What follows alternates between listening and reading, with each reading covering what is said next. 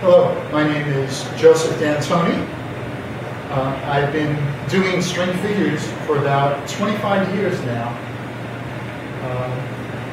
When I started with string figures, at the time, I only knew of the two-person game of cat's cradle, where I make a figure on my hand and then pass it off to someone else who makes another figure.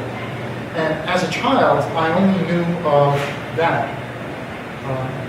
One time I came across a magazine, and by chance there was an article about string figures that was made by only one person. And it was so completely new to me. I just couldn't believe what I was seeing, that one could create out of string things different from the two-player cat's cradle. And the first figure that I ever learned was Jacob's ladder. And I don't know how many times I've made this, but it's the figure that stuck in my mind. It's so simple, so beautiful to look at, and it just seems so creative that somebody came up with the idea that you could make a figure out of string that looked like this. And that was the very first figure that I learned, and from that point on, I tried to find out everything else that I could about how to make string figures by oneself. And it turns out that there's a lot of information available on how to make string figures.